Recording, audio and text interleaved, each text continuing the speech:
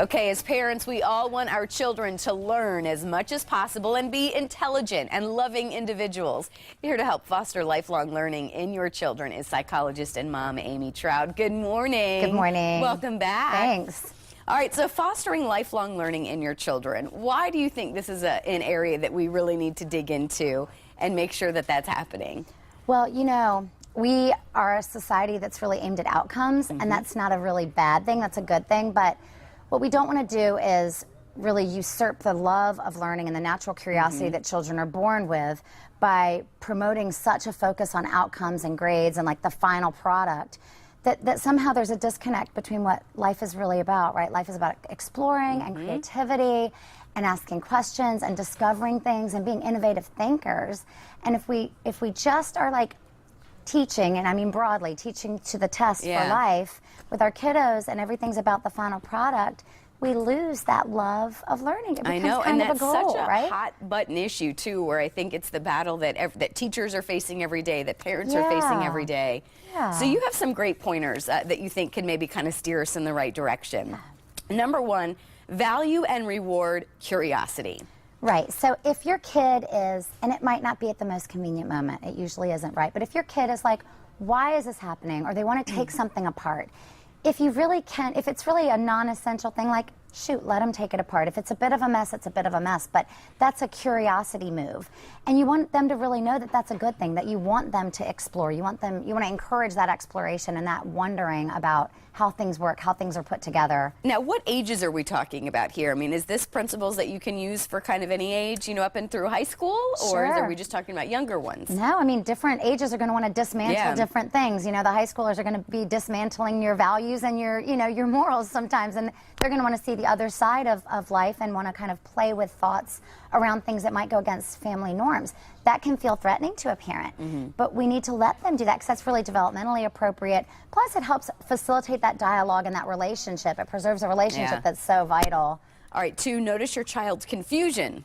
Right, so when a kid is puzzled or confused, those are really teachable moments.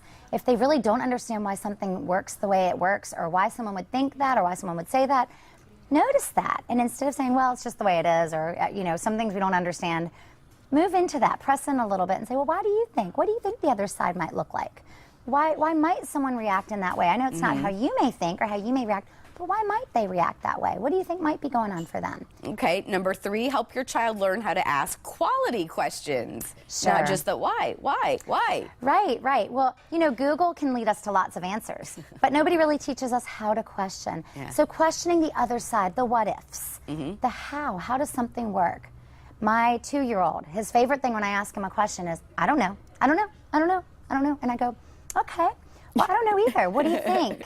You know, and then he in his head starts going, I'm allowed to think about it? Well, and that's when my daughter asks me, you know, because that's what I hear all the time. Why, Mommy? Why is that way? I'm like, why do you think? I do try to ask a question back. Help them broaden out their thoughts around something, right? So it's not just this is because it is. It is because someone decided it should be that way, and maybe there's other ways to think about how to do things.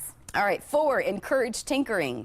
Yeah, so like tinkering with ideas, tinkering with concepts, tinkering with stuff, tinkering really it's like creative exploration of our world. And so if we're allowed to dismantle things and reposition things and put them back together in creative ways, even tinkering with, like, we may have an idea of how their room should be organized or how toys should be organized, and maybe they have a different idea.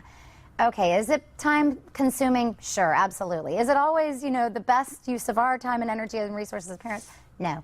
But as much as we're able to, let them figure out the way things work for them and the way things make sense for them, and let them think outside of our box because they are unique individuals. We only have about a minute left. You say explore varied cultures and current events, which I think sometimes people, you know, parents might be, you know, afraid to kind of let them know what's going on too much. Well, when you stumble across things, and obviously based on the age, instead of having it be like, oh, that's a terrible story, what might have been going on behind the scenes? You know, really thinking broadly about what you're facing, and other cultures too. Thinking about what ways are we more in common as humans than are we different? Understand the differences, but also where are the commonalities underneath it all? Encouraging skepticism? Right, so skepticism is really inquiry, right? So we want them to inquire or to seek more information. Just because the answer is B, why is the answer B? You know, it's okay to really wonder and to think maybe it's a B and a C, or maybe E is really a better answer.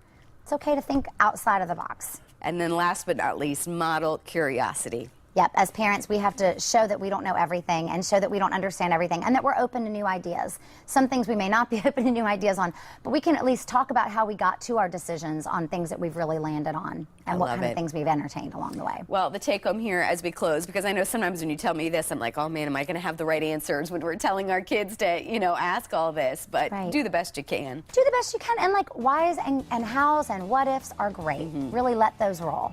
Amy, we love having you here. Thank you so much. Thanks, we look forward to having you back. Thank you. We'll send it over to Steph. Up next, be the hostess with the mostest with these next entertaining expert ideas. First, a look at your Fox forecast and news headlines.